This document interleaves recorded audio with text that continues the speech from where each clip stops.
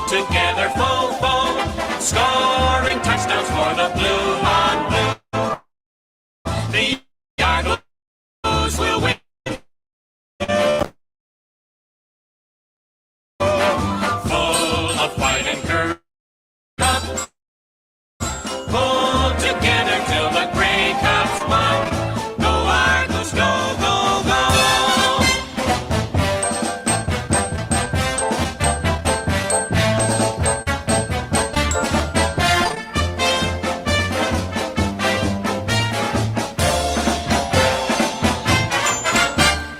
Go Toronto Argos, go, go, go. Pull together, fight the foe, foe, foe. Scoring touchdowns for the blue on blue. The Argos will win for you. Full of fight and courage, you can't stop. They pile up the points until they reach the top. Pull together till the Grey Cups won. Go Argos, go Toronto, go. Go Argos, go, go, go.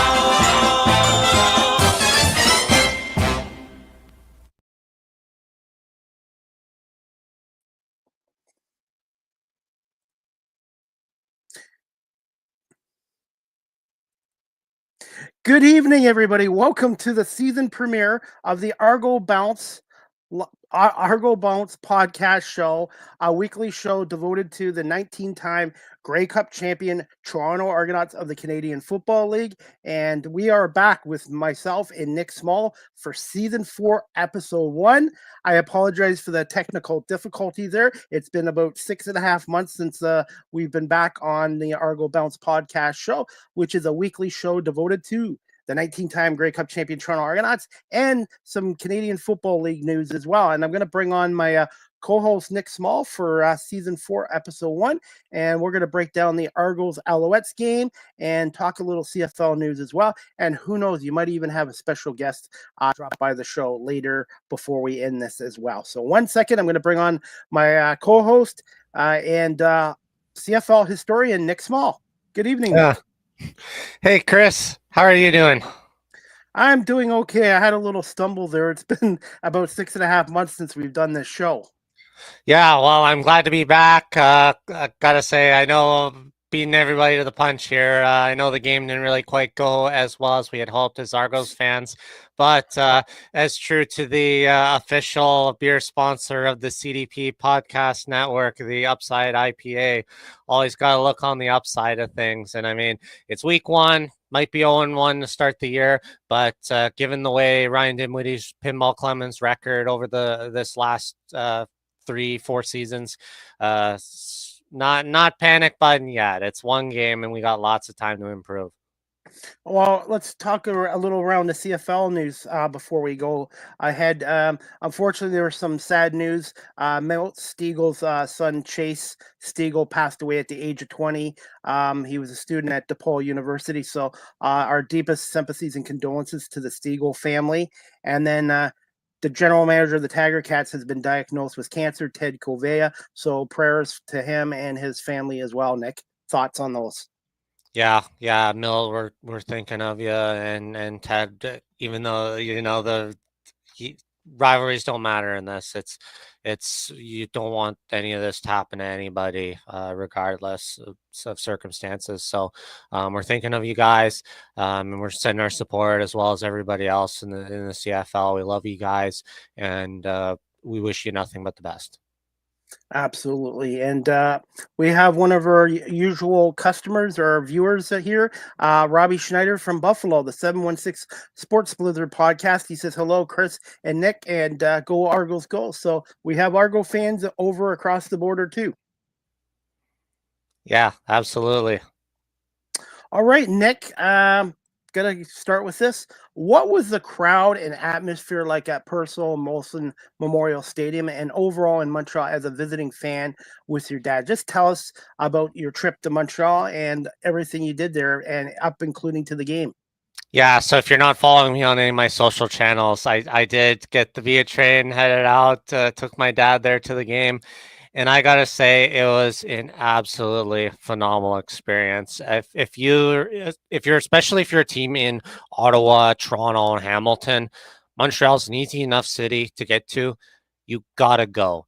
Because when you actually get to the field, Percival Molson Stadium, I'm gonna say, bar none, is the best backdrop for Canadian football. It is absolutely phenomenal when you've got the old historic buildings of McGill University in the one end zone, and then you have the backdrop of Mount Royal. You have the cross that's up on top of the mountain there. It's just an unbelievable venue for football. And in the case of our home opener, we'll get into it a bit later and how it affected the game, but it was absolutely a packed hornet's nest of Alouette fans. They were loud. I think max capacity is around 23,000, and they were in 21,000. So there was maybe still a little bit more room if you wanted to sardine people in, but it was absolutely jam packed.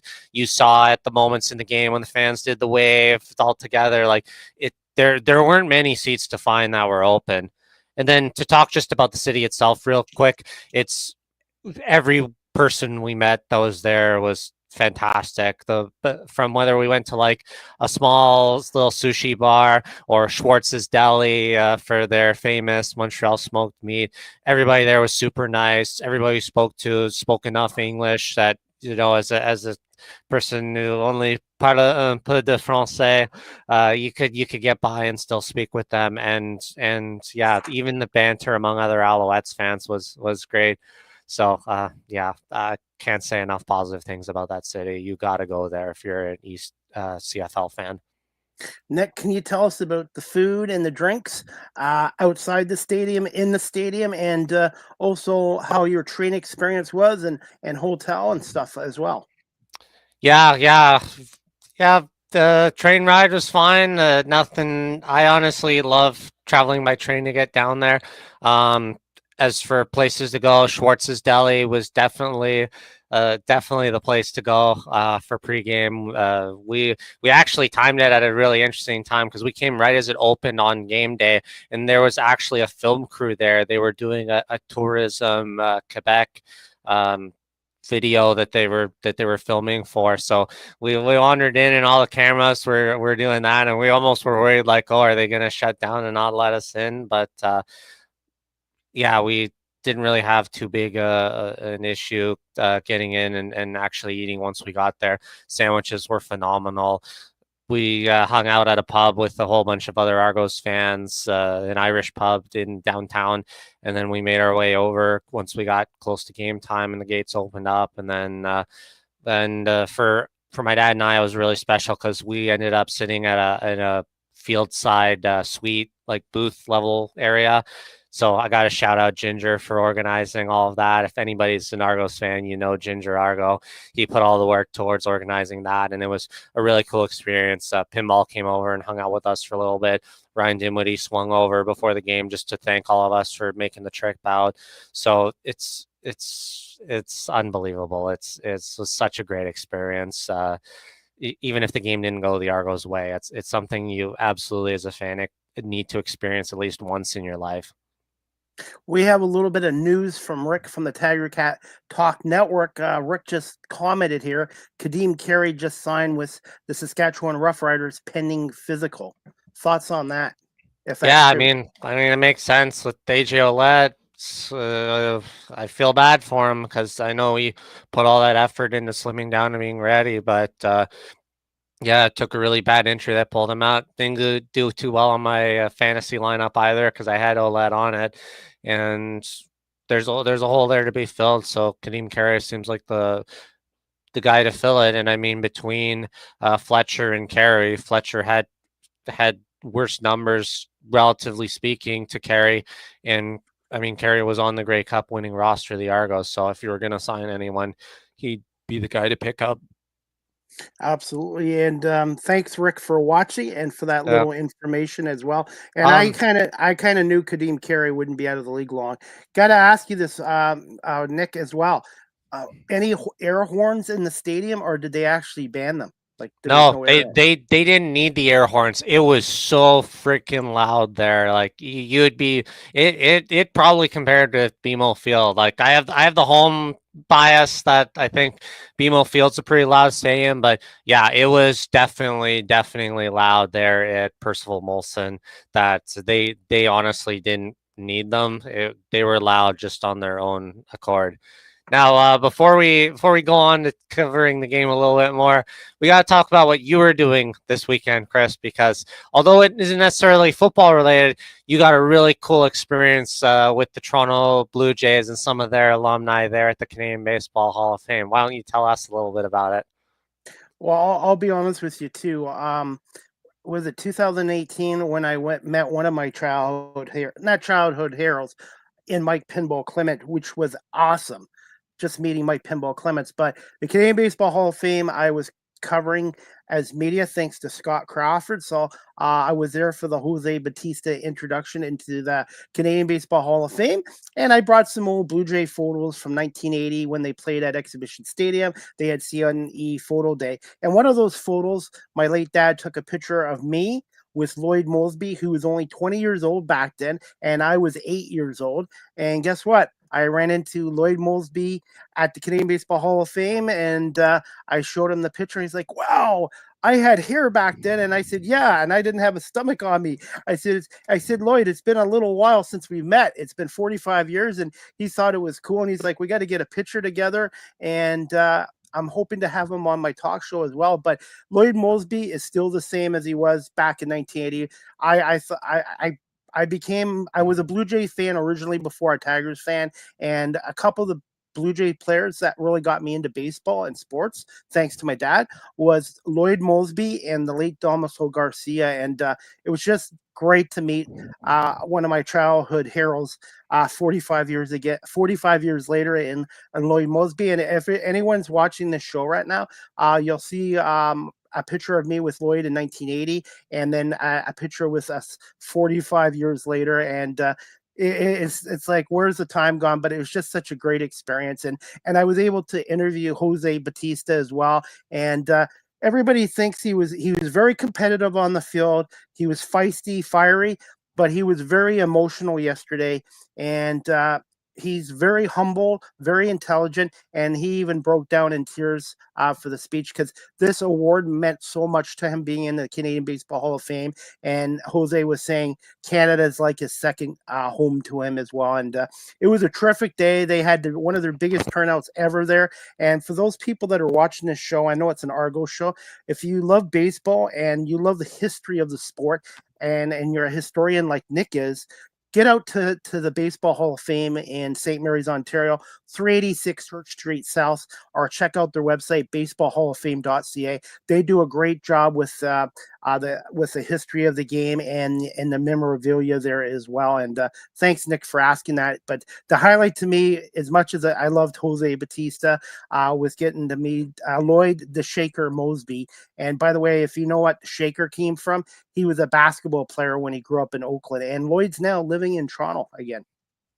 Yeah, what I think really says a lot, whether it's baseball players or CFL football players, that humility, that the fact that maybe doesn't remember exactly the specific details, but like look at the impressions that he made on you as a young kid 45 years ago, like and then now. So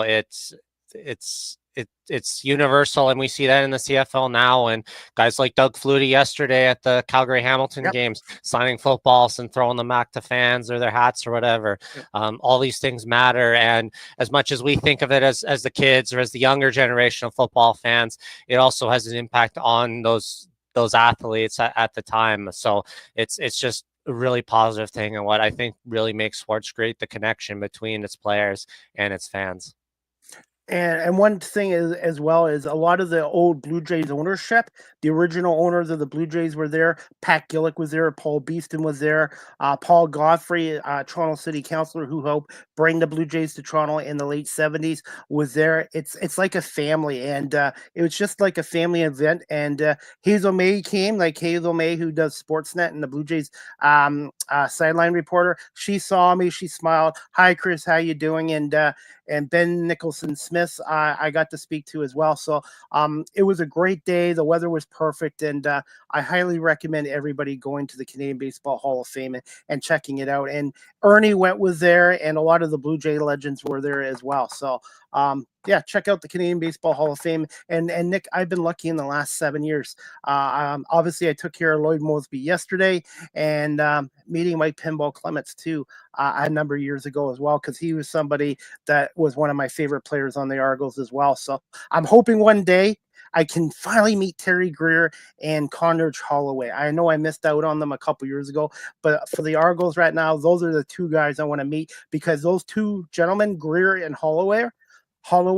were the reasons why I became a Toronto Argonauts fan back in the late 70s, early 80s.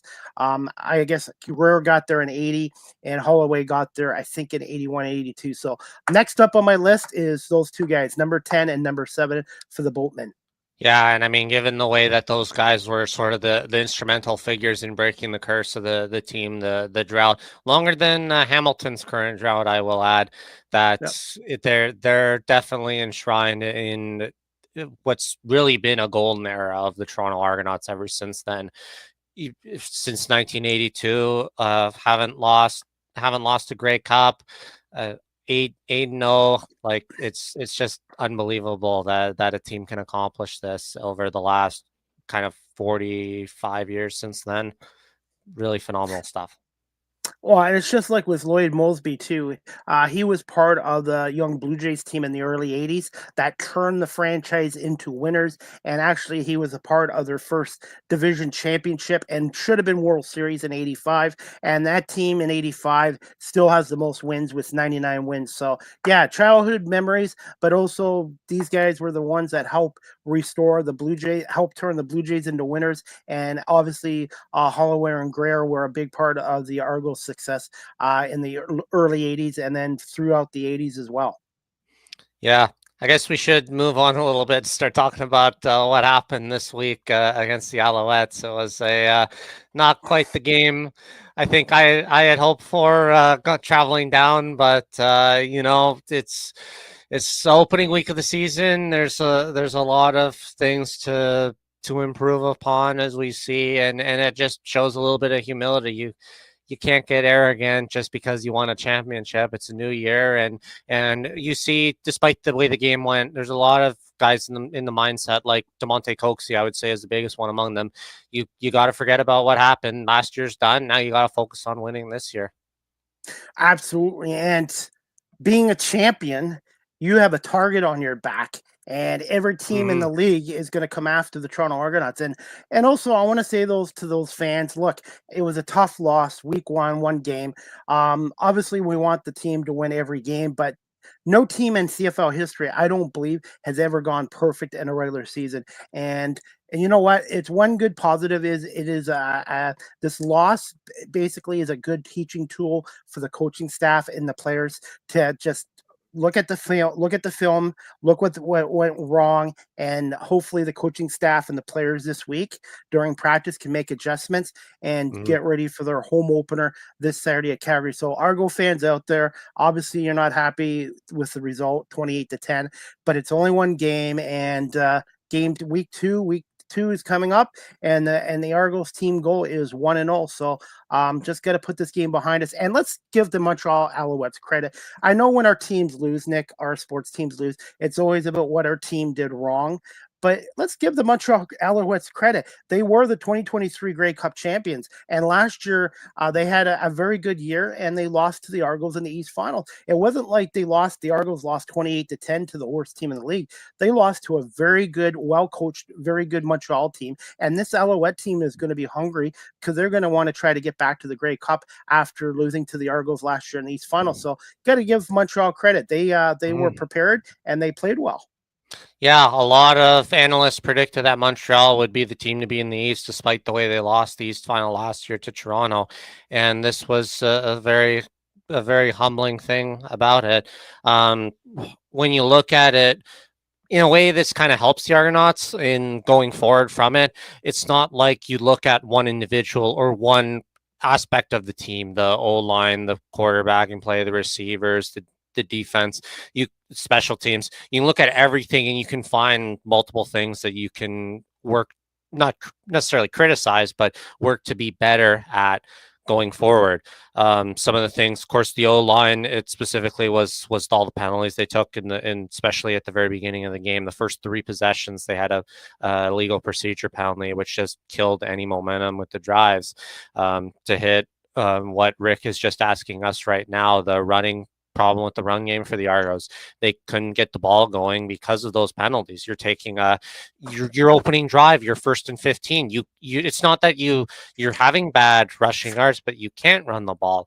Defensively, they were one of the best run stopping teams in the league, and they gave proportionally more running yards in this game against Montreal than I think they gave all season. 50 of it went to scrambles because you were unable to contain Davis Alexander inside the pocket. He was able to get outside and then run for massive yards. Special teams, I think their best starting field position was at the 40-yard line. I don't think they ever started a drive in Montreal territory like they did in last year.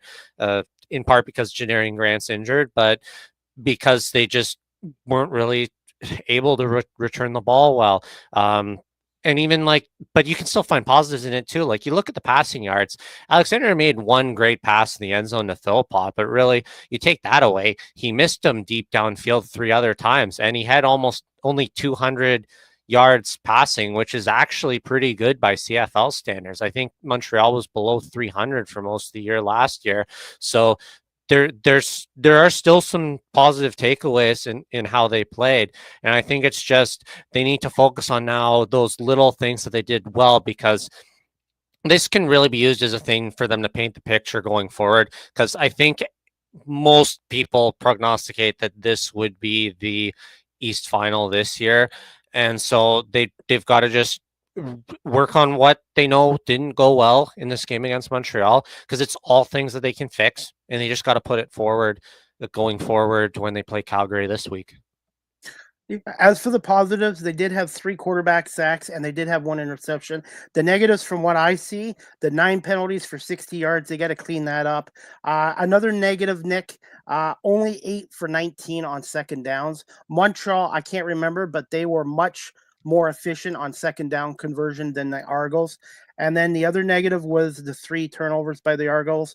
And then the other negative was the defense was on the field for 34 minutes. Usually when a team has the ball for 34 or more minutes a game, generally they're going to win the game. So they need to I think, and that's part of the reason, because the Argos couldn't get any running game established. I think they only had 10 carries for 31 yards, and Montreal's defense did a good job on the Argos offense. I know Coxie had a good game. He was targeted 10 times, had 5 catches for 99 yards. David Unger, who I like, who's a poor man's version of Wes Walker, he had 4 catches for 82 yards. Brissett had 3 for 34, and Daniels was 2 for 31, 1 touchdown. So there are positives, but there are some negatives, things they need to clean up. And I think the penalties is number 1, and the turnovers too. When you turn the ball over 3 times or more, especially on the road, it makes it really hard for you to win. Yeah, well, don't forget, it's also not just how many you give up, but when it happens. The fact that they took those procedure penalties at the very beginning of their drives and it made a 1st and 10 instead of 1st and 15. If you're not able to convert that, even just that first down on it, and you're getting a 2 and out on punting, you're really hanging your defense out to drive and stretching them. And I think it was quite prevalent, because I think near the end of the first quarter, the possession was something like 10 minutes to 3 for Montreal. Like it was very well in the Alouettes' favor. And as we see, forget any other stats, forget turnovers, forget conversion rate, forget field goal percentage or touchdown percentage on drives. If you have the ball for 2/3 of the game, 80% of the time you're probably going to win. As for the turnovers, the first interception I threw, I'm going to blame that on Arbuckle. But really, other than that, I really didn't have a problem with Arbuckle's play for most of the game. I thought he played solid enough, but the one turnover, that was an incomplete pass. He didn't have time in the pocket to throw is the problem. No. The offensive line has to get stronger. But Nick, that one turnover, Arbuckle, his arm was going forward. That was an incomplete pass. are talking about the fumble. Yeah. Okay. Yeah. So, okay. I brought this specifically because I want to talk about that fumble. That was questioned there. Okay. I am actually nervous by how the way that rule is interpreted. So now, when we see quarterbacks throw, they're always something like this. Their hands are on the laces. That's considered for a quarterback having control of the football to be able to throw. The ball kind of does this little slip just before he throws it. Keep in mind, like this is happening within less than a tenth of a second because he's about to get his clock cleaned to hit. So he's just at this point trying to get the ball away out. But as it slips, he still propels the ball forward.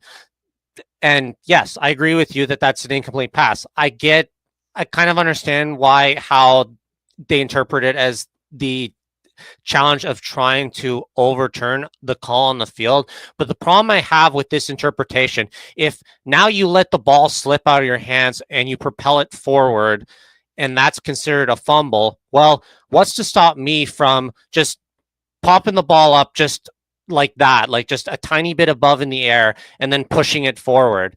That's not a forward pass anymore. That's a fumble because now I don't have control of the ball. I've lost control and I've propelled it forward.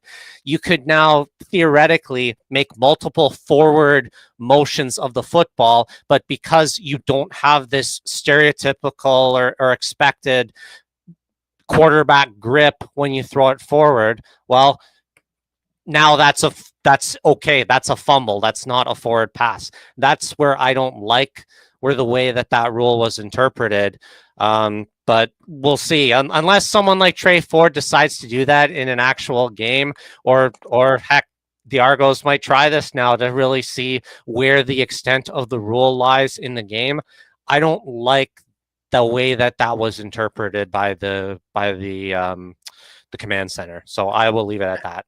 And that's 7 points right there because they got a touchdown off that. But like I said, I normally don't want to get into a whole show about the officiating, but I do really think they missed the boat on that call. And I know the score was 28-10, but that was an extra 7 points for the Alouettes. But we'll have to move on from that as well. Yeah, but overall, Nick, what was your general thoughts of the officiating minus that one call?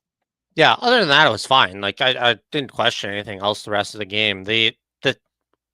I guess my thing is that in the bigger context of the game, like that, when you talk about the 2 or 3 plays of the game that really turns it around, definitely the touchdown to Philpott before that was kind of one thing that sort of started to get Montreal in more in control of the game.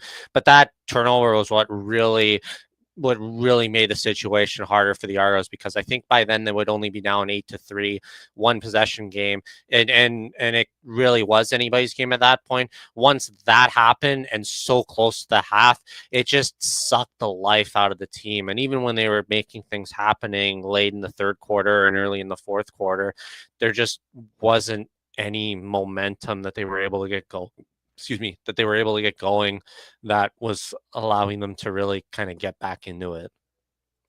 Hey, Nick, what did Montreal do defensively to shut down the Argos' running attack? Or do you feel the Argos simply did not call enough running plays against a strong Alouettes defense? Yeah, I lean a bit more into the latter, that they didn't really run the ball a whole lot, and it was because they couldn't, because of how the way the game started. Like I mentioned, you're in 1st and 15 so many times. You can't really run the football because if you only gain 3 yards, you're in a 2nd and 12.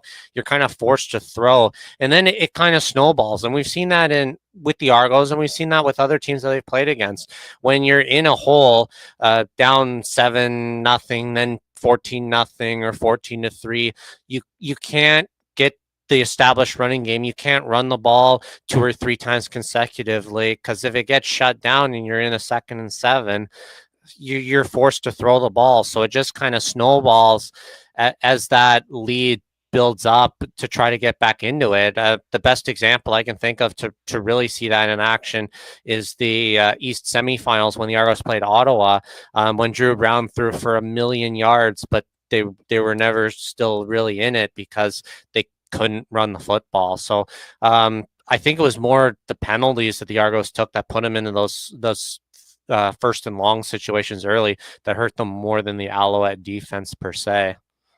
Thoughts on the offensive line as well? Yeah, and well, that's it. The penalties came on the O line because they were undisciplined, and I don't know whether it was because of the fan noise. Because, like I said earlier, the crowd was really into it, and they were into it the entire game. It wasn't like there were any periods where they weren't really that loud against the Argos offense. They were there. It was loud every time the Argos took the field. But yeah, you just can't take 3 procedure penalties in 3 possessions to start your game. It just absolutely kills any momentum you're trying to get forward. And even later in the game, when the Argos were starting to march down the field and put points up, it was too little too late, because they were down by a 2.5 possession game. And yeah, you just can't come back from that. Any injuries in this game to be note of for the Calgary game? And the other thing I wanted to ask you, Nick, besides the injuries, do you feel Dinwiddie and the coaching staff might make 1 or 2 changes with the offensive line for the upcoming game against Calgary on Saturday? Well, the first kind of ties into the second. Darius Sirocco was, we saw in the sideline there. He was in a walking boot when he got walked off the field and Peter Nicastro came in. So there's definitely going to be something there. I don't expect Sirocco to play if he's in next week, if he's in a boot so quickly out of that. And it's a terrible thing, because I mean, he missed a bit of time last year too, with probably a similar, or I don't know. I'm not. I don't follow the team closely enough, or know them that well about it. But it might be the same injury he had last year on his foot, his leg area. So you don't know how long he could be out for that. So like fortunately they have Peter Nicastro, the all-star center from last year, and I think that's the one you're going to be most worried about. It probably means, with what it means on the depth chart, you're probably going to have John Boss dressed. So now you've got Giffen and Boss as second string O linemen to sort of complement everybody else there. But that's a pretty huge blow for the team on that aspect. And then everything else, I think they were okay. McManus, there was a scare there, but he walked back on. Donald Rutledge, he was pulled by the concussion spotter briefly near the end of the game there, but he went back on. I think more or less everybody else was okay. There didn't seem to be anything that was really too concerning. So I'm pretty confident that it'll be, aside from those guys, mostly the same squad that they have, barring whatever the problem is with Darius Sirocco. Overall, Nick, how did you like to play from the linebackers and the secondary, especially with all the changes in the offseason? Yeah, I actually thought, aside from the contain, like letting Davis Alexander run around willy-nilly, I thought the secondary did pretty good. There was the one connection that he made to Phil Pott, I think it was, for the one touchdown, but there were 2 or 3 other attempts Alexander made deep downfield to them that landed incomplete. So you got to give credit to the DBs for that. The linebacker play, again, aside from the contain, I thought was pretty good. I remember McManus running in, and I think, again, on Phil Pott in the end zone, kind of right in where I was standing, getting his hands in and not blocking the ball down. So McManus played great. Yeah, the contain was the biggest problem that suffered this game. But I mean, Derek Parrish had a good game. Anthony Lanier the second, who they picked up from Saskatchewan, played well.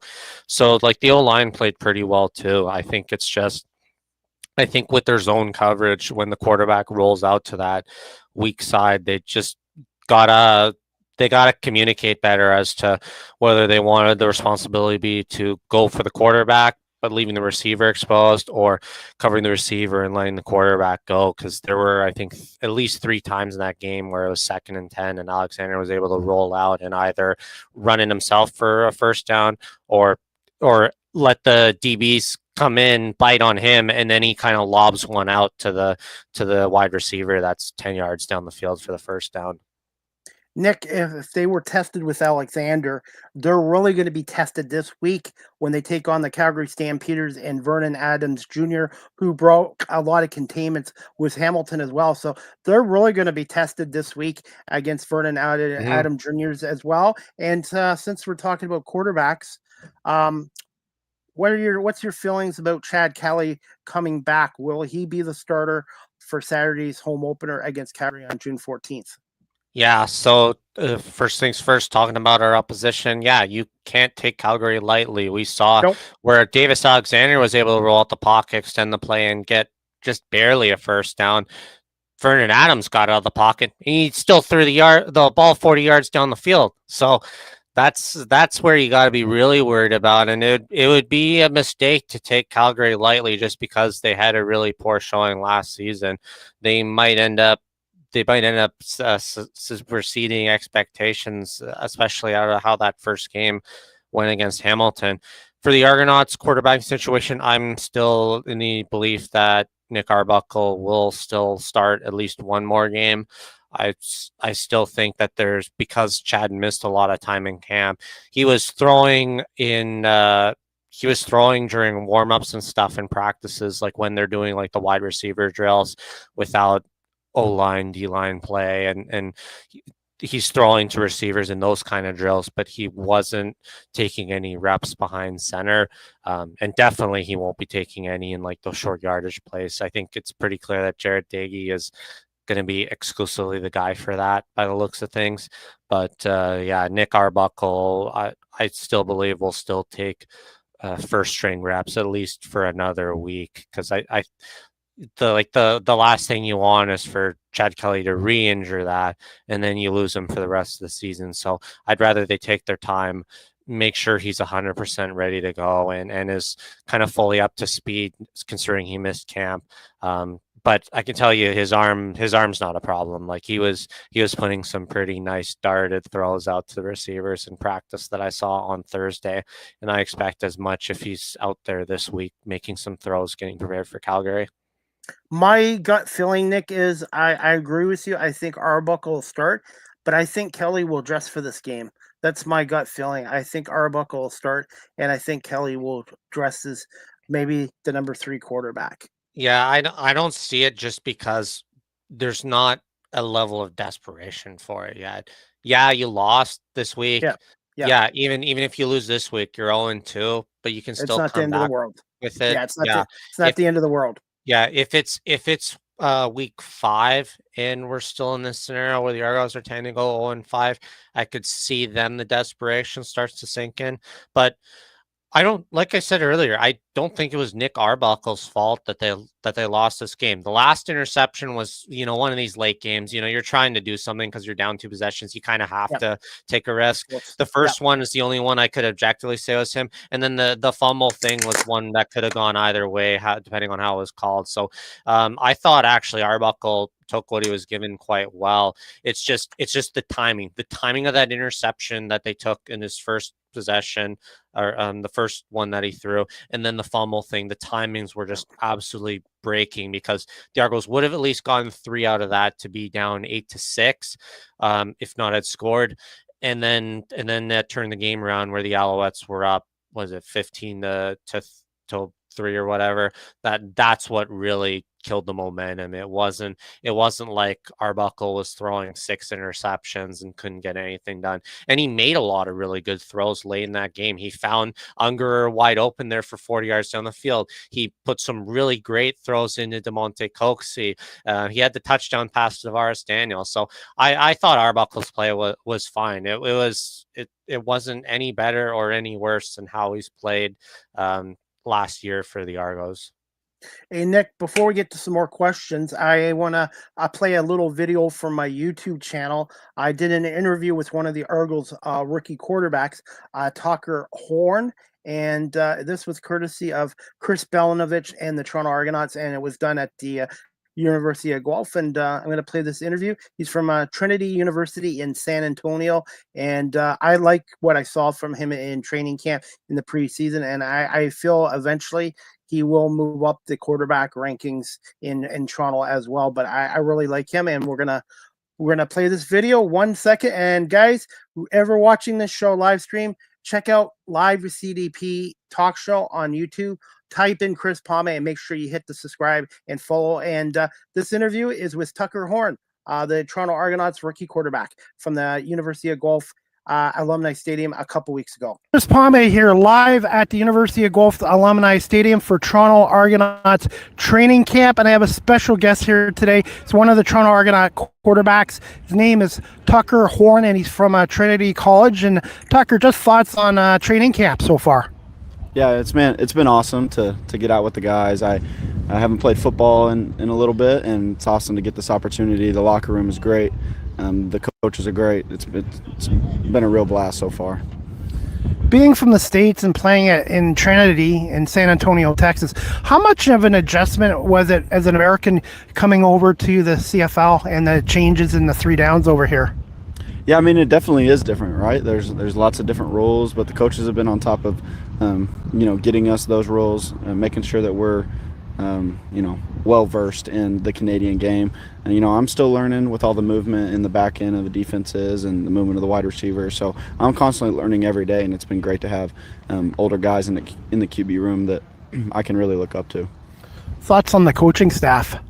Yeah, I mean, the coaching staff is awesome, right? Like, everybody is a critical part of this organization and has been,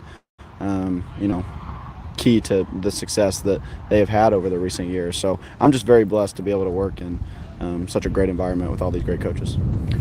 What are you looking to do to improve this year as a quarterback, and how much have you developed since your days at Trinity? Yeah, I mean, I've put on a little bit of weight, like really good weight, and I think I'm more of a pro level weight now with size, and I think that I'm just constantly, again, learning every day about the Canadian game. I think that I need to continue to speed up my footwork, continue to clean up my footwork, continue to be able to progress through different reads and things like that, recognize defenses before they happen, and I think that's going to set me up good in the long run, just being able to learn. Thoughts about the receiving core on the Toronto Argonauts? Yeah, very talented group. Very, very talented group. Senior laden, like there's a lot of, older guys that are helping some of the younger guys, and very good camaraderie in that group that's helping them, continue to lead on the field. How would you describe yourself as a quarterback and a football player and a teammate?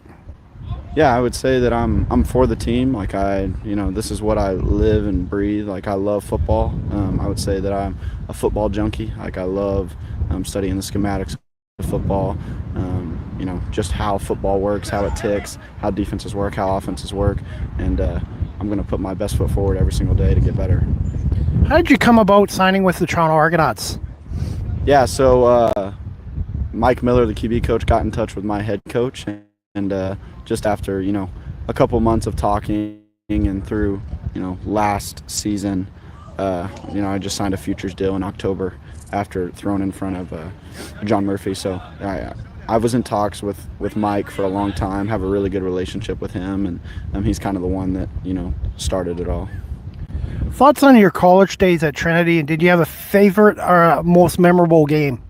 Yeah, I mean, we won some big conference games at Trinity. I mean, it's a really small school, so you don't hear much about Trinity University or the D3 world, but no, I have lots of fun memories. I think what I take the most from that is my head coach. I've gained a best friend. His name's Jeremy Irvin. He actually played for Coach Miller in the NFL, and Coach Miller was coaching for the Arizona Cardinals, so it's really cool that there's a connection there.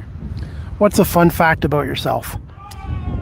Fun fact, I've never been out of the USA. So this is my first time leaving the country of America, and it's I'm moving to Canada a little bit. So it's a little odd. Thoughts on the University of Guelph training camp facilities, and have you tried poutine yet, which is a Canadian staple food here? I have not tried poutine, but what I can say about the facilities here is they're top notch. These are some dang good facilities. The weight room's great, the cafeteria is great. The dorms we're staying in is great. They take really, really good care of us here. And finally, if you're a music fan, is there a particular song that you like to have played during pregame training camp? I really love, Texas country, so George Strait. I can jam to George Strait all day long. He's got countless songs that I love. I'm going to put you on the spot here with this last question. Favorite NFL player, favorite NFL team? I grew up in a place called Lubbock, Texas, so I grew up watching college football more, so Texas Tech is where I was born and raised in Lubbock, Texas. So my favorite player is Patrick Mahomes. So that's he went to Texas Tech there. Got to watch him when I was a little kid. So that's my favorite player there, and just kind of followed the Chiefs along with that. It's been pretty cool. Good choice with Mahomes. He was drafted by my Detroit Tigers in 2014. Finally, we wrapped up the show, Tucker. This interview. Where can Argonaut fans follow you on social media? Yeah, I think my Instagram is Tucker _ Horn 5, I think, and my Twitter is Tucker Horn and the number 7. So yeah, so I'm just on those two.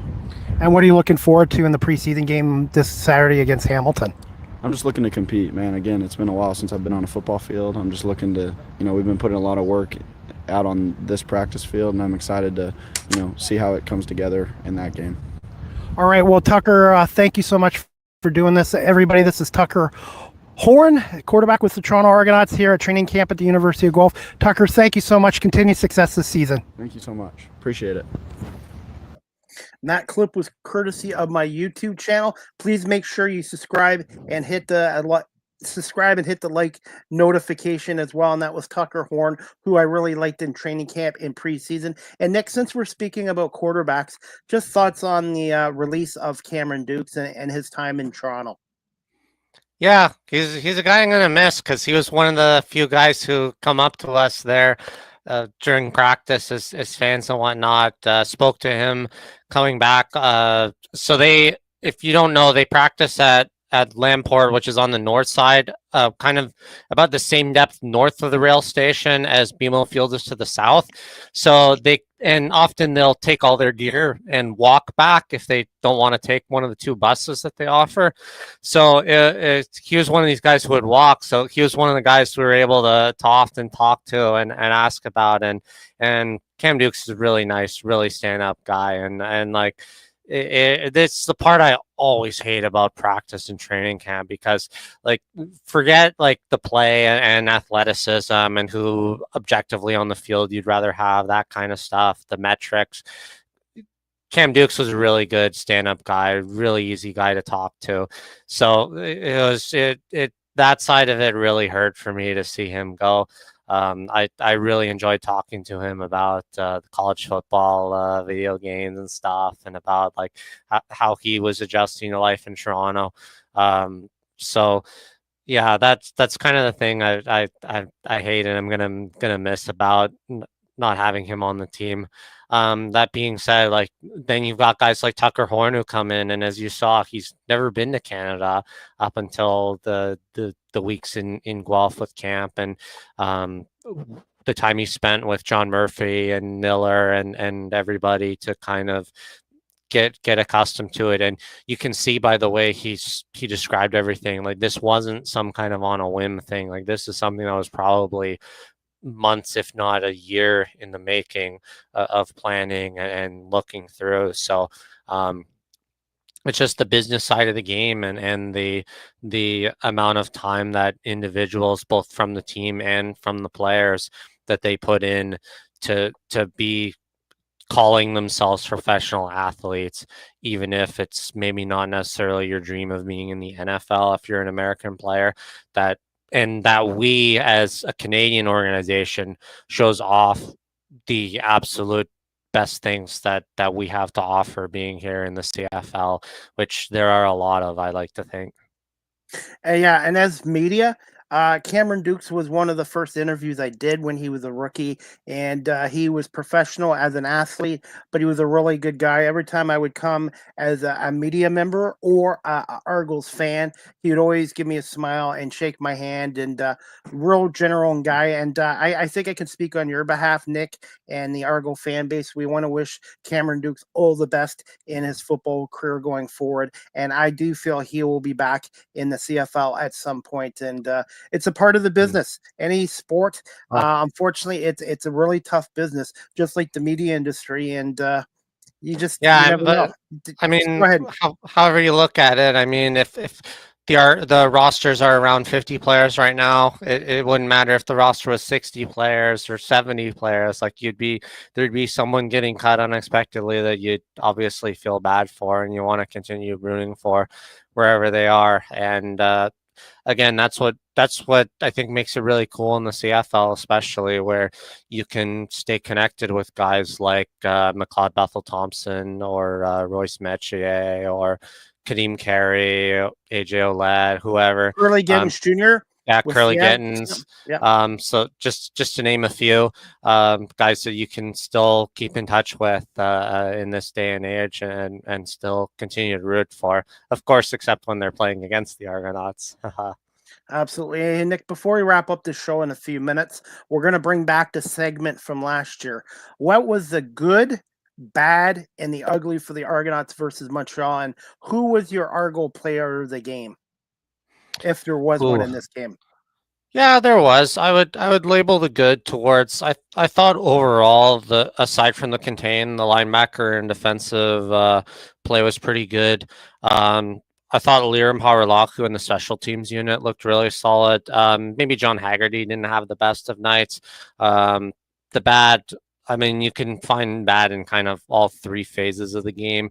I was disappointed in kind of how the return game really struggled, that they weren't really able to get any sense of anything. And then the O-line, of course, was probably the big thing that they're going to be focused on this week. And then, yeah, the ugly, I think you can say, was the way that fumble forward pass thing was called. We've already dwelled on that, so I won't say any further than that. And then for player of the game, I'd probably say either Winnie McManus, if I had to go on a defensive guy, because I still thought he played solid, and then receiver Devontae Coxie would be my two picks. I tend to agree with you on that too, Nick. And like I said, it was one game, 1 week. You got to learn from it and move on and focus on Calgary. Calgary's coming off an impressive 38-26 win over Hamilton at McMahon Stadium. And Vernon Adams Jr. Is going to present challenges to that Argos defense as well. And I really feel for the Argos in this game, they need to get off to a good start. They need to obviously clean up the penalties, but they also need to run the ball a little bit more and get that running game going and set up the passing. And they need to get off to a good start. And it's going to be interesting that first quarter. And I do agree with you, Nick. I believe Arbuckle will be the starter in this game, my gut feeling, but I do feel number 12 will be in uniform, but we'll see. We'll find out this week if you go down to practice. Are you planning on going down to Lamport Stadium this week for a practice this week? Yeah, I'll be there for at least one of the practices. The thing that has really kind of frustrated me, like, I know preseason games don't really count in the grand scheme of things, but how I look at it is in preseason, in the first quarter especially, you're running your number one offense in at least one of those two preseason games. Yeah. The part that I've been unbelievably frustrated the last three games, so the two in Hamilton and then this one in Montreal. The thing that has frustrated me to no end is that in those three games, you have put up 6 points on the board in the first half across three games. That I would say, like, yeah, you can look at like the procedure penalties in the first half as a reason for that, but that is the absolute big thing you need to fix. The Argos are by far a better team in the second half, and they showed it this week, and they showed it earlier, but you've got to get something going in the first half of the games, because it's starting to become a problem.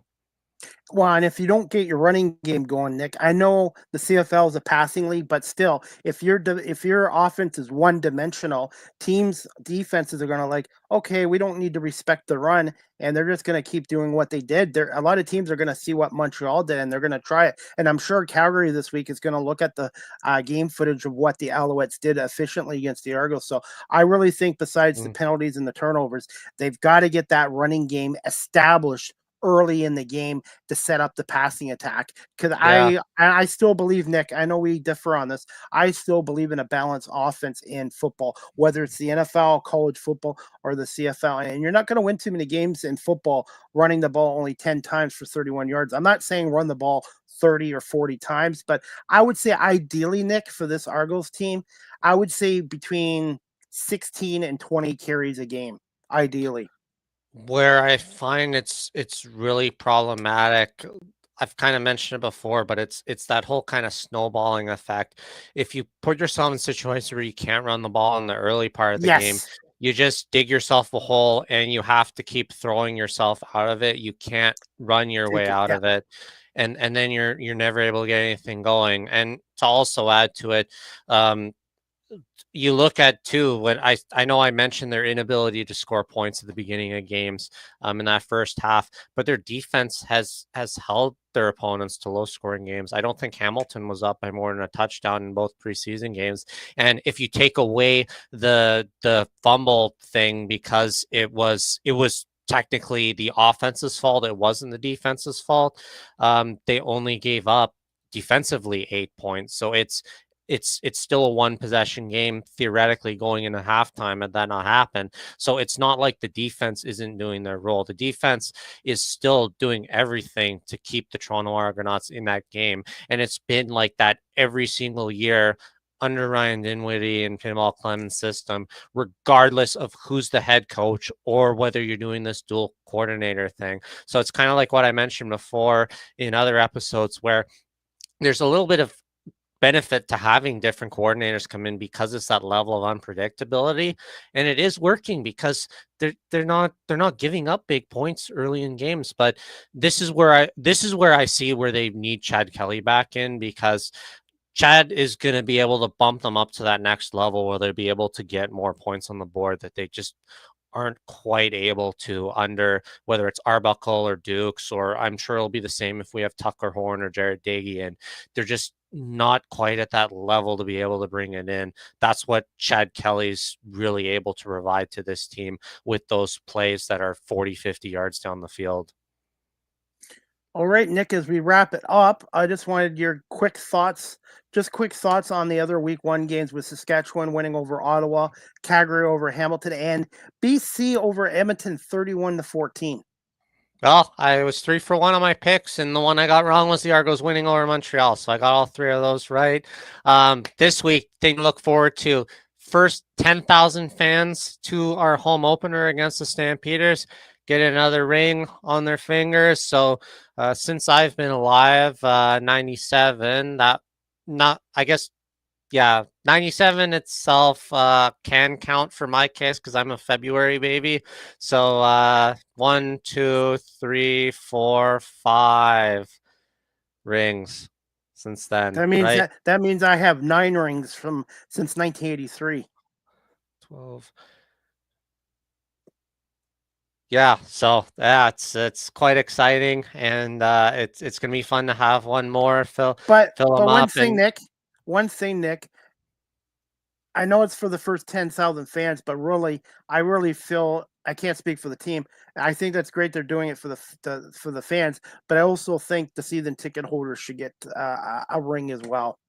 well, in the past, they've either given the season ticket holders an option to choose it, or among some other stuff, and they often have them for sale afterwards. Like, you can go on to the MLSE website. So I think they kind of learned from that in 2022 compared to 2017, where there was a little bit of there were some people who kind of felt left out, that they weren't able to get the rings from that Grey Cup. So last year it was that they had kind of more supply than demand, and I'm hoping by now they'll kind of know what level to balance it out at among the three. So either way, I mean, if you're a season ticket holder, I don't think you have any fear to be too alienated by it. There'll be a way to get a ring if you can't make your way out to the game. Saturday, 4:00 game at BMO Field. Game will be on TSN and TSN 1050. Nick, what are you looking forward to most for the home opener this Saturday against Calgary as a fan? The ring and the banner raising. It's our one moment of the year now where we finally get to rub it into everybody else. The mistake with the schedule this year, unlike when we won the last time we played Hamilton, we don't get to rub it into the Ticat fans to show them what a Grey Cup looks like. Yeah, so there's my bash at Ticat fans for the week. Predictions for this week. Week 2, we've got BC Winnipeg Thursday night at 8:30. Friday, we've got Montreal at Ottawa at 8:30. Saturday, Calgary Toronto at 4:00. Saskatchewan and Hamilton 7:30. But one thing, Nick, I was on the CFL website about a couple hours ago, and they had the Argo Calgary game at 7:30 and the Hamilton Saskatchewan game at 4:00. Have they switched the times? Not that I've heard of. There must have Okay. been, someone must have done something wrong there because Because yeah, it they would be need hard. they need to correct that. Well, a lot of people I talked to that were really upset with that. So as most people know, Saskatchewan's one of the best traveling teams in the league. It was really disappointing that they had to put the 4:00 start and the 7:00 start. If they had have done like a 1:00 game in Toronto, then you could have us Argo fans travel down to Hamilton to greet all the amazing people from Saskatchewan who come down to watch. I think that was a little bit of a missed opportunity by the league there. But yeah, if we're diving into picks, I'm going to take BC over Winnipeg, Montreal over Ottawa, Toronto over Calgary, and Saskatchewan over Hamilton. For my week 2 picks, I am going with BC over Winnipeg, Ottawa over Montreal. I'm going to go with Argos over Calgary, but I think it's going to be a squeaker. I think it's going to be a 3-point game. And then Saskatchewan and Hamilton, I'm going to go with both Levi Mitchell and the Hamilton Tiger Cats. I feel they're going to win their home opener and go 1-1. So yeah, BC, Ottawa, Toronto, and Hamilton I have for week 2. Yeah, if we're just going to talk about at this point, so this is lots of time left in the week. This is the Sunday, and then the games don't start till next Thursday. Don't forget, Zach Caleros is not playing for Winnipeg. Important things to keep in mind because he's got that suspension for not attending the drug test that he was supposed to. BC's 1.5-point favorites. Ottawa's 1.5-point favorites on the money line over Montreal. Toronto's 3.5-point favorites over Calgary, and Saskatchewan's 4.5-point favorites on the road over Hamilton. And finally, Nick, to conclude season 4, episode 1, where can our audience follow you on social media, Nick? And what do you look forward besides the ring and the banner? What do you look forward to Saturday's game at BMO Field? Yeah. So, in addition to my Twitter and Facebook that I've mentioned before, I finally have a YouTube channel and out now. So it is same as all my other profiles, I think. Let me just bring it up real quick to make sure. But it is Nick Small 38 with the underscores again. So the only thing I've got under it right now is I did an unboxing. I was lucky enough to win a contest from the CFL Players Association. They sent me 2 boxes of CFL trading cards. So I got a couple of really nice ones. Ironically, Kadeem Carey in his Argos gear. So that's a little bit of a funny one. And then there's Vernon Adams Jr. with a piece of patch. And then I got the Samuel MLS patch and autograph. So those are kind of the 3 big ones that I got out of those polls. I got it. You should have saved 1 pack for our show. I was hoping you'd save 1 pack to open up on here. Well, the problem was the last pack I got was the Samuel Emilus one. So anytime you get any of those box sets, it's never a guarantee, but it's like 99% of the time you're going to get 3 of signature card and a patch card. So you'll get like 2 patches and a signature, 2 signatures and a patch. And then sometimes you might get one that's both.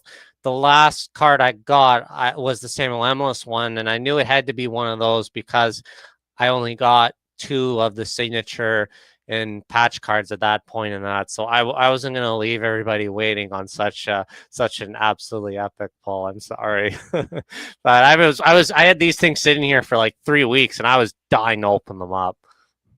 All right, and we got one more viewer, Richard. Richard Chong is watching. He says, "See you guys at the game," and that's the thing about the game too. Whether I'm doing it as a fan or in media, it's just running into people. If you've never been to a CFL game or a Toronto Argonauts game, please consider going down to a game. It's affordable entertainment, but the on-field product is outstanding, and there are some changes with the Argos in-game entertainment this year with Jeff Smith, I guess, taking over for Sean Bowen.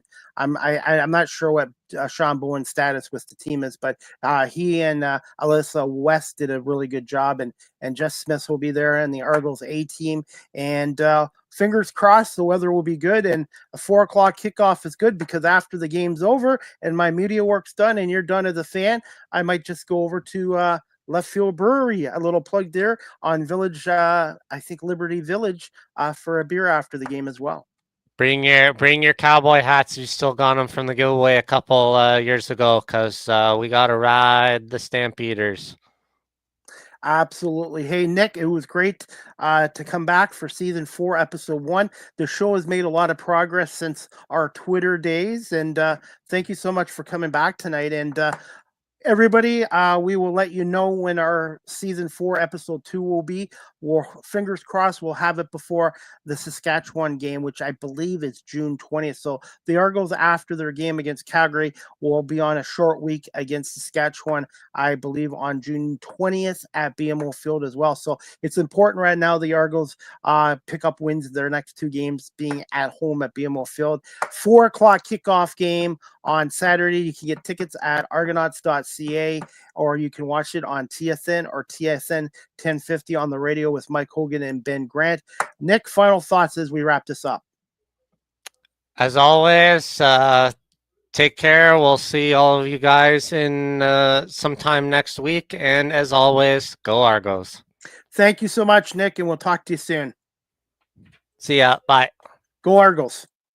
All right, guys, that concludes season 4, episode 1 of the Argo Bounce Podcast show, a weekly show devoted to the CFL's 19-time Grey Cup champion Toronto Argonauts, with my co-host Nick Small and myself. And I want to say thank you to everyone watching this live stream on Facebook, LinkedIn, YouTube, Twitch, Twitter, X, and Instagram. And thanks to our viewers for watching, Robbie Schneider, Rick from the Tiger Cats Tot Network, and Richard Chung as well. And I'm fingers crossed I'll be doing the game this Saturday as media.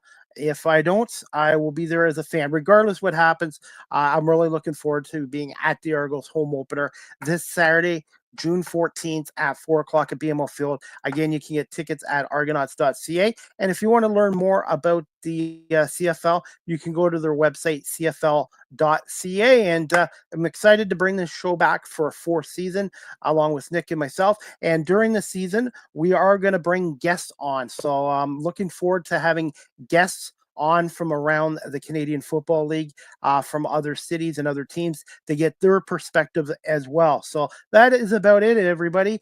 Give me a little bit of time tonight, and I will have the audio of this show on Apple Podcasts, Spotify, iHeartRadio, Amazon Music, Good Pods, and wherever podcasts are available. And also, if you're looking to get your business advertised, what's a better way of advertising on the Argo Bounce podcast show with myself and Nick Small? You can either email me at cpomay19@gmail.com or DM me on social media, and look forward to working with you and getting a sponsorship or 2 for the Argo Bounce podcast show. And really enjoyed talking about the Argos and the Canadian Football League as well. Again, I want to say thank you to Nick Small for coming on as co-host, and thank you everybody for watching this live stream and later on audio as well. I hope everybody has a great week ahead, and as always, go Argos.